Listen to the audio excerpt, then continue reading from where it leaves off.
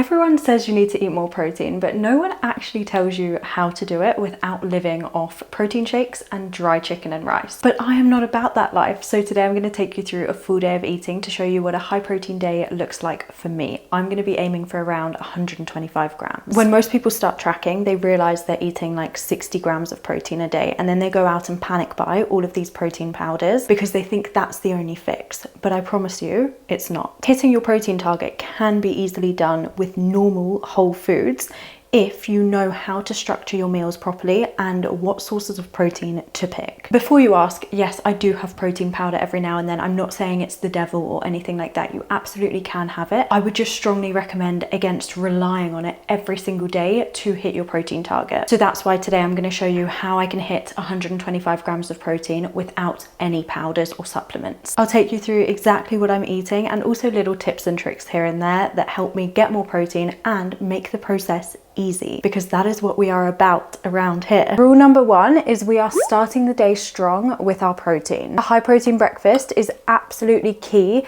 if you want to have a high protein day. If you start the day with a low protein meal, you are going to be playing catch up literally all day, and everything is just going to feel so much harder. So you want to make sure that you're hitting a decent amount of protein in your first meal. So my version of that's really quick and simple is Greek yogurt. I've got 250 grams, which in itself is 26 grams of protein. I use the 0% fat version. And then I've got 40 grams of granola, 100 grams of blueberries, and 10 grams of honey. I actually showed this in my last video, the video on volume eating, because it is just my go-to breakfast when I'm dieting. It's so quick, it's so simple, it's easy, it tastes good, and it hits everything that I need it to. It ticks the volume box and it also ticks the protein box. If you don't like Greek yogurt, some other things that could work would be turkey bacon or bacon medallions with bagel thins and maybe some fried veg. I personally really like fried mushrooms, fried spinach, that sort of thing. You could have cottage cheese on anything. You could have eggs, egg whites particularly. So if I was to have eggs, I actually hate eggs, to be honest with you. I wish I liked them, but I can't.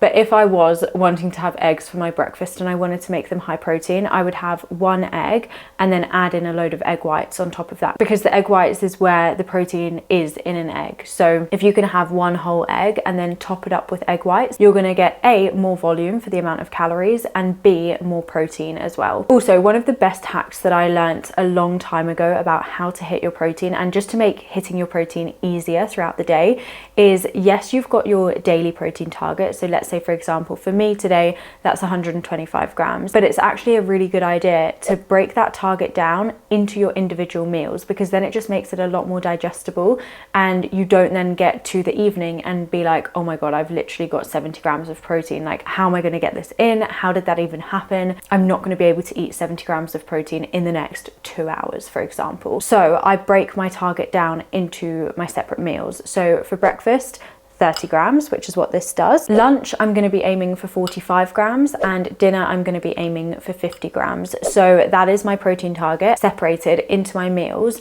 so that I can check throughout the day whether I'm on track to achieve that target or not every time I have a meal. And that's not like a hard and fast rule. It's not to say that I never have a meal that's below 30 grams of protein, but if you follow that as a rule of thumb, generally, you're going to be much better off. Right, I need to actually go and eat this breakfast, but the main takeaway I want you to have from this section of the video is that breakfast sets the tone of the day. So make sure you are having a high protein breakfast, because it really will dictate whether hitting your protein is hard or easy that day. And then the other thing is breaking that target down into your separate meals and not just looking at it as, over the course of the day, I need to hit this target. I'm about to head to the gym, but before I do, I actually want to talk you through how to actually determine how much protein you need to eat. So 1.6 to 2.2 grams of protein per kilogram of body weight is what's recommended. The only caveat to that is that if you're significantly overweight, it might be worth using your goal weight within that formula rather than than your current weight, just to make your protein target more realistic. And if you're in a calorie deficit, you would probably benefit from being on the higher end of that range so that you can preserve your muscle mass whilst you're in your deficit. Equally, if you're trying to build muscle or you're training hard, you'd also benefit from being on the higher end of that range. So just for a bit of context, I'll use myself as an example. I am 53 kilograms,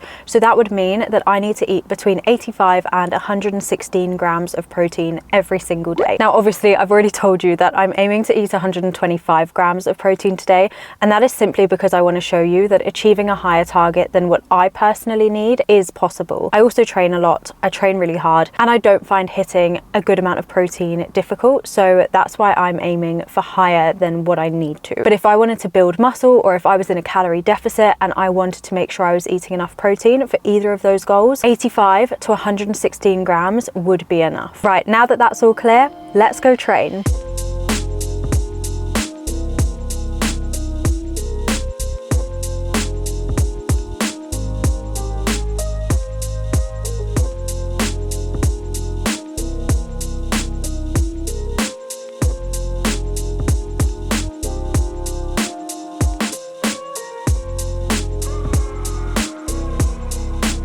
It's lunchtime now and I'm gonna make a chicken salad sandwich. I've actually posted a recipe to this on my Instagram. It didn't quite work out the way that it's hopefully gonna work out in this video, but if you're interested, go and check it out over there.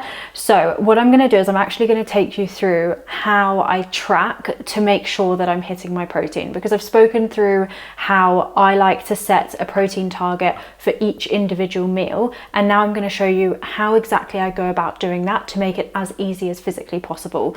So I'm going to get my FitnessPal up, and the main thing really is making sure that the first thing that you track is your protein source. So what you don't want to do is just track the entire meal and then get to the end of the day and check where you're at protein wise, because you might end up being so far away from your target, and then at that point there's nothing really that you can do about it. So what we're going to do is we're going to keep in mind the fact that I want to hit around 40 grams of protein at lunch, and the first thing that we are going to track for that reason is the protein. So I'm just going to go ahead and track my chicken, and I'm gonna look at the protein that the chicken is going to give me, and I'm going to probably aim with this chicken, based on the other ingredients in this meal, which I'll explain in a second, to be at around 30 to 35 grams realistically. So I'm just going to play around with the quantities and see what I need to do to get there. So let's see. Okay, so if I do 150 grams of chicken, I'm going to get 35.6 grams of protein. So I could do that. I'm actually going to go for slightly less. So I'm going to do 140 grams for 33.2 grams of protein, because I do have another protein source that's going into this meal, and that is fresh mozzarella. My bread is also going to have protein in it, but I'm just going to track this fresh mozzarella and then see where that takes us to. So just going to scan the barcode, and then I'm going to probably do around 25 grams. So that's 4.5 grams of protein. So now I can go onto my nutrients for the day, click protein, and then I can see that my lunch is giving me so far 37.7 grams of protein. From there, you can then go about building the rest of your meal. So I'm now going to track the rest of my ingredients and make sure that it comes to around the calorie amount that I want it to. So I'm going to do cucumber. I'm probably going to do around 100 grams of this, and that's already in there and ready. I'm also going to do a tomato, so we'll do one medium tomato. I'm going to do reduced fat pesto, and I'll do 15 grams, and then I'm going to do some sourdough bread as well. I'm going to do 100 grams of Jason, so that's 2 slices, and that takes us to a total of 502 calories for our lunch, and in protein 49.1 grams. So because I pre-tracked the protein, I knew I was going to be at least achieving my protein target for this meal, and because of the extra ingredients, I've actually surpassed that, which is amazing, because then that just makes later on much easier. So the main lesson that I want you to take away from this meal is essentially with all of your meals, especially when you're first getting started, make sure that you track them before you eat, and you also actually track your protein sources first and then build the rest of your meal around your protein source, because that means that you are 100% going to hit your protein and also stay within your calories, because you've put the protein in first and then everything else comes after that. And of course, you then also make sure that you've got veg in every single meal. So my version of that for this meal is cucumber and tomato, and we're going to have a lot of it so that I'm really satisfied, and I've also got lots of fiber in my diet as well. Right, I'm going to go make this and I'll show you when it's done. I am in a big old rush. I've literally got 6 minutes to eat all of this, and it's a lot of food, but this is what my lunch looks like. Like I said, if you want the recipe, it didn't quite look like this when I filmed the recipe video, but if you want the recipe, it is on my Instagram right now. Okay, it is time for a snack, and we do not have protein mousse. It's not protein yogurt. It is not a protein shake. It is real food. We have got some cucumber, some Laughing Cow lightest cream cheese. If you don't know, get to know. It is so good.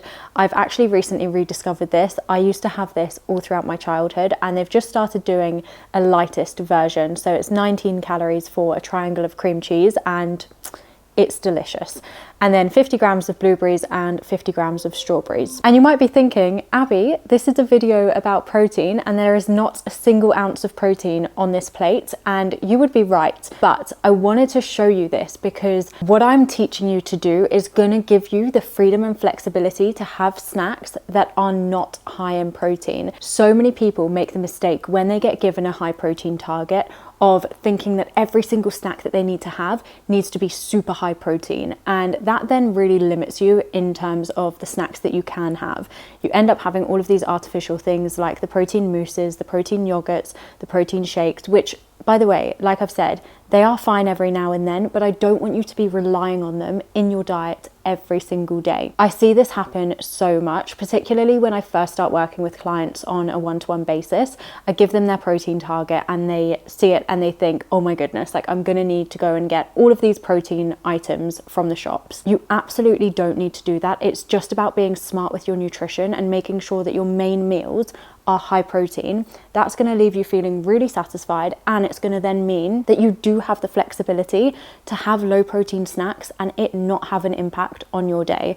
So I'm going to go and enjoy this very random snack plate of cucumber and fruit, and I will see you at dinner time. Okay, we have got slow cooked beef ragu for dinner. And funnily enough, I am actually going to be posting the recipe for this meal onto my Instagram as well. It will probably be coming next week. This meal comes to 638 calories and 47 grams of protein. And I think a big misconception is people looking at a meal like this and thinking it's not fat loss friendly or it's not necessarily healthy. This is a great meal. I have got carbs in my pasta, I've got protein in my ragu, and I've got loads of veggies on the side. I've also got fats in my cheese, so I would actually say that this is one of the most perfectly balanced meals that you could have. The main takeaway on the protein side of things that I want you to have from this meal is, as often as you can, opting for the lean source of protein. So for me, my most common sources of protein that I reach for are going to be chicken, turkey, and then lean beef, whether that's in the form of diced beef to put in the slow cooker and make a meal like this, a lean cut of a steak, or even just a lean beef mince. The more you can choose the lean source of protein, the more calories you're going to have to play with the rest of your meal. So something you really need to understand when you're trying to eat more protein is that if you can choose the lean source of protein, you're going to be getting more protein per calorie. And that then means, like I say, you have got plenty more room for the fun stuff in the rest of your calories. I've again built this meal around my protein source just like I did at lunchtime, and although it's slightly below my target of 50 grams, we hit 49 grams earlier, so that's absolutely fine, and I'm still on to achieve my target, if not actually go above it. Right, it's time for dessert, and I'm gonna have a Mars ice cream. No protein mousse, no protein pudding, the real thing. This is exactly why I do everything that I've spoken through in this video. I would much rather have super high protein meals throughout the day and then be able to finish my day on something like this instead of a heavily processed protein mousse, for example. So that has been a full day of eating. I ended up at 1,750 calories and 132 grams of protein, and not a single protein shake in sight.